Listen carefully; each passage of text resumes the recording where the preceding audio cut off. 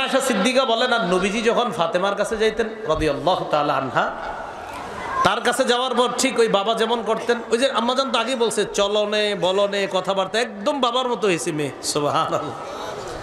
নবীজি যখন যাইতেন কামাত, হযরত ফাতেমা দাঁড়াইতেন, দাঁড়ায়া ঠিক ওই বাবা যেমন তারে আনে এইভাবে নবীজিরও এইভাবে ধইরা আজলাসাত হু ফি মাজলিসিহা, ফাতেমা যেখানে বসেন বাবাকে নিয়ে একদম সেখানে নিয়ে মা অর্থাৎ মেয়ে তার আসনে তার বাবাকে বসায় দিতেন। আব্বা বসেন এখানে। মেয়ের সাথে নবীর মহব্বত কি পরিমাণ ছিল এটা বোঝানোর জন্য বললাম। তো আরো কালো করেন চেহারা, কালো করা যাবে? তাহলে কন্যা কার নেয়ামত? আল্লাহ। ছেলে কার নেয়ামত? আল্লাহ। 3 কন্যা কাদের আছে? হ্যাঁ মাশাআল্লাহ, 3 কন্যা।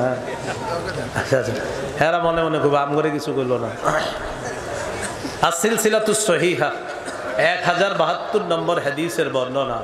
قال رسول الله صلى الله عليه وسلم من كان له 3 বানাত, কারো যদি 3 জন কন্যা থাকে, ফায়ুবিহিন্না ওয়া ইয়াকফিহিন্না ওয়া ইয়ারহামুহুন্না, কারো 3 জন কন্যা, এই 3 কন্যাকে বাবা আশ্রয় দেয়। ওয়া ইয়াকফিহিন্না, বাবা তাদের জন্য যথেষ্ট হয়ে যায়।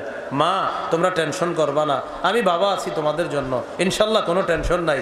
তোমাদের যা পড়াশোনা করো, তোমরা যত সুন্দরভাবে আদর্শ সভ্য মানুষ হতে চাও হতে পারো, কোনো সমস্যা নাই, আমি বাবা তোমাদের পাশে আছি। তোমরা আদর্শ একজন নারী হওয়ার চেষ্টা করো, আমি তোমাদের পাশে আছি, কোনো সমস্যা নাই, এভাবে সাহস দেয়। ওয়ায়ারহামুহুন্না, মায়া করে মমতা করে, কন্যা বলে অবজ্ঞা করে না। নবীজি বলেন ওয়াজাবাত লাহুল জান্নাতা আলবাত্তাতা, 3 কন্যার অভিভাবকরা শোনেন কি বলে, ওয়াজাবাত লাহুল জান্নাহ আলবাত্তা, জান্নাহ ওয়াজাবাত বললেই চলতো, শেষে আবার আলবাত্তা লাগিয়েছে। নবী বলেন অবধারিতভাবে ওই অভিভাবকের জন্য জান্নাত ওয়াজিব হয়ে যায়। ওয়াজিব বললেই চলতো, এরপরে আবার আলবাত্তা লাগিয়েছে, অবধারিতভাবে তার জন্য জান্নাত ওয়াজিব হয়ে যায়। তাহলে কন্যা হইলে চেহারা আরো কালো করেন, কি বলেন? ছেলে হইলে জান্নাত পাওয়া যাবে, এর মানে আবার ছেলে করে মারা শুরু করেন আজকে গিয়ে। ছেলে হইলে জান্নাত পাওয়া যাবে কিনা এমন কোনো কথা হাদিসে আপনার এখনো পাবেন না। কিন্তু কন্যাদেরকে ইসলাম এত সম্মান দিয়েছে, রসুল তো দেখছেন জাহিলি যুগে মেয়েদেরকে মানুষই মনে করা হতো না, তাই রসুল এই কথাগুলো বলে নারীদেরকে পৃথিবীর সবচেয়ে সম্মানের আসনে বসিয়ে দিয়েছে।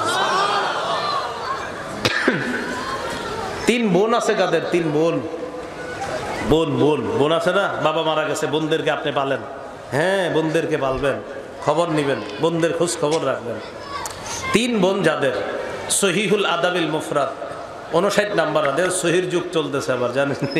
হ্যাঁ সহিহুল আদাবিল মুফরাদ বললে অনেকে আবার সুন্দর খুশি হয়, তো যে এই জন্য সহিহুল আদাবিল মুফরাদই বললাম।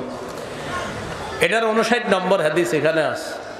قال رسول الله صلى الله عليه وسلم لا يكون لأحد 3 بنات أو 3 أخوات, কারো যদি 3 কন্যা থাকে অথবা 3 জন বোন থাকে, ফায়ুহসিনু ইলাইহিন্না, ওই বোনদেরকে সে আগলে রাখে, তাদেরকে কখনো বাবার অভাব বুঝতে দেয় না। অথবা বাবা বৃদ্ধ হয়ে গেছে, এখন বাবার আর উপার্জন ক্ষমতা নাই, তো বোনদেরকে আপনি দেখাশোনা করতেছেন, বোনদের বিয়ে দিচ্ছেন, বাবাও আপনার পড়ে গেছে, এই যে আপনি বোনদেরকে আগলে রাখতেছেন, ভালো জায়গা দেখে শুনে বিয়ে দিতেছেন, নবীজি বলেন দাখালাল জান্নাহ, এই ব্যক্তি মারা যাবে ঈমান নিয়ে যদি যেতে পারে সে জান্নাতে প্রবেশ করবে।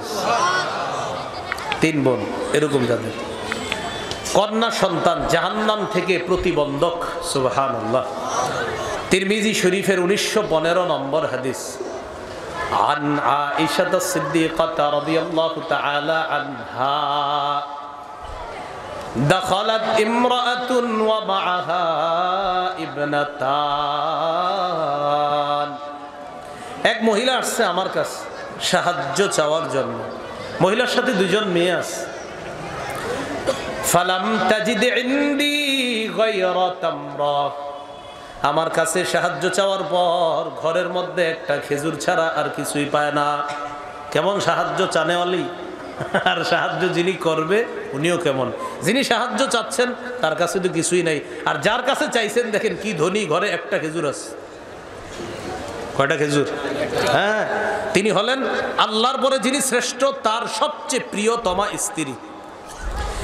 রাসূল সাল্লাল্লাহু আলাইহি সাল্লামের সবচেয়ে, নবীজি বলেন, ফাদ্দুল আয়েশা আলা নিসা কাফাদ্দিস সারিদি আলা সাইরিত তাআম, সমস্ত খাবারের মধ্যে সারিদের যেমন মর্যাদা, সমস্ত নারীদের চেয়ে আমার কাছে আয়েশার তেমন মর্যাদা।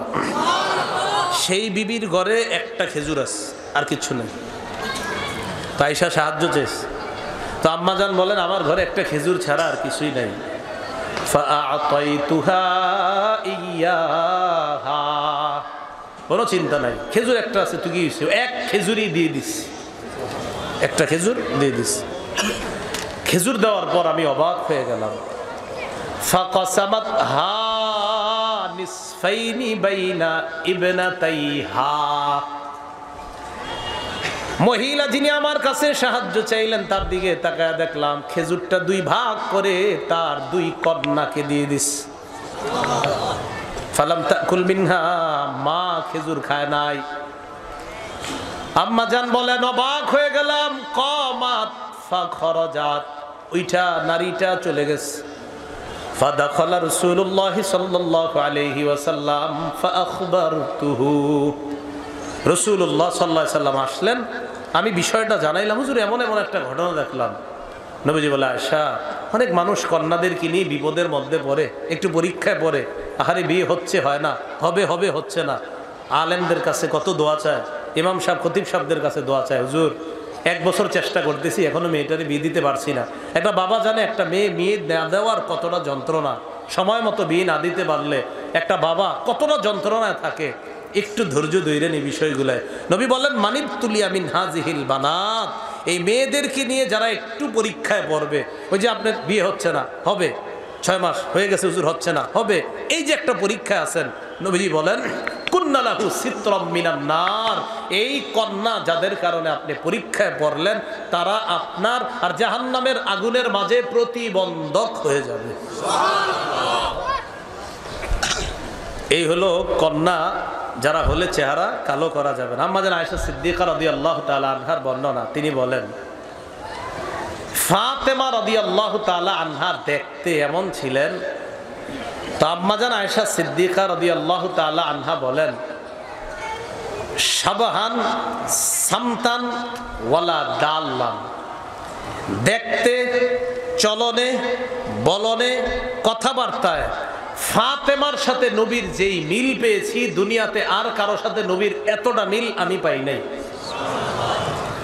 ফাতেমা রাদিয়াল্লাহু তাআলা আনহার ব্যাপারে আম্মাজান আয়েশা সিদ্দিকা বলেন, আবু দাউদের বর্ণনা, তো তিনি বলেন রাসূলুল্লাহ সাল্লাল্লাহু আলাইহি সাল্লামের কাছে যখন তার কন্যা ফাতেমা আসতেন, নবীজি নিজের আসন থেকে কমা দাঁড়াইতেন, দাঁড়ায়া দরজার কাছে গিয়ে হাত ধরে মেয়ে ফাতেমা রাদিয়াল্লাহু তাআলা আনহাকে আইনা আজলাসাহা ফি মাজলিসিহি, নবী তার আসনে মেয়ে ফাতেমাকে বসায়া দিতেন। মা কি হয়েছে তোমার, বলো শুনি, এভাবে বসায়। আয়েশা সিদ্দিকা বলেন, আর নবীজি যখন ফাতেমার কাছে যাইতেন রাদিয়াল্লাহু তাআলা আনহা, তার কাছে যাওয়ার পর ঠিক ওই বাবা যেমন করতেন, ওই যে আম্মাজান তো আগেই বলছে, চলনে, বলনে, কথাবার্তা একদম বাবার মতো হয়েছে মেয়ে। সুবহানাল্লাহ। নবীজি যখন যাইতেন কামাত, হযরত ফাতেমা দাঁড়াইতেন, দাঁড়ায়া ঠিক ওই বাবা যেমন তারে আনে এইভাবে নবীজিরও এইভাবে ধইরা আজলাসাত হু ফি মাজলিসিহা, ফাতেমা যেখানে বসেন বাবাকে নিয়ে একদম সেখানে নিয়ে মা অর্থাৎ মেয়ে তার আসনে তার বাবাকে বসায় দিতেন। আব্বা বসেন এখানে। মেয়ের সাথে নবীর মহব্বত কি পরিমাণ ছিল এটা বোঝানোর জন্য বললাম। তো আরো কালো করেন চেহারা, কালো করা যাবে? তাহলে কন্যা কার নেয়ামত? আল্লাহ। ছেলে কার নেয়ামত? আল্লাহ। তাহলে সন্তান ছেলে হতে পারে, মেয়ে হতে পারে। আচ্ছা।